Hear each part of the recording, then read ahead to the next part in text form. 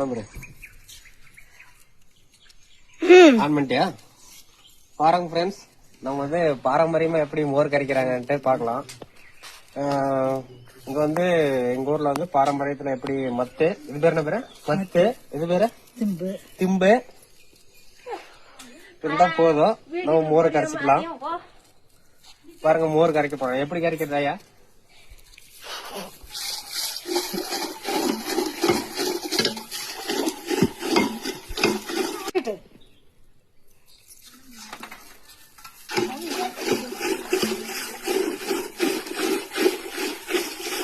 On பண்ணிட்டியா?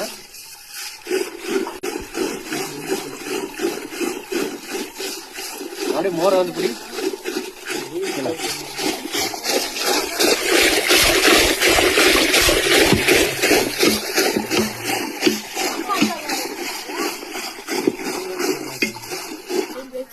இப்போ பாருங்க அவங்க எப்படி கரைக்கிறாங்கன்ட்டு.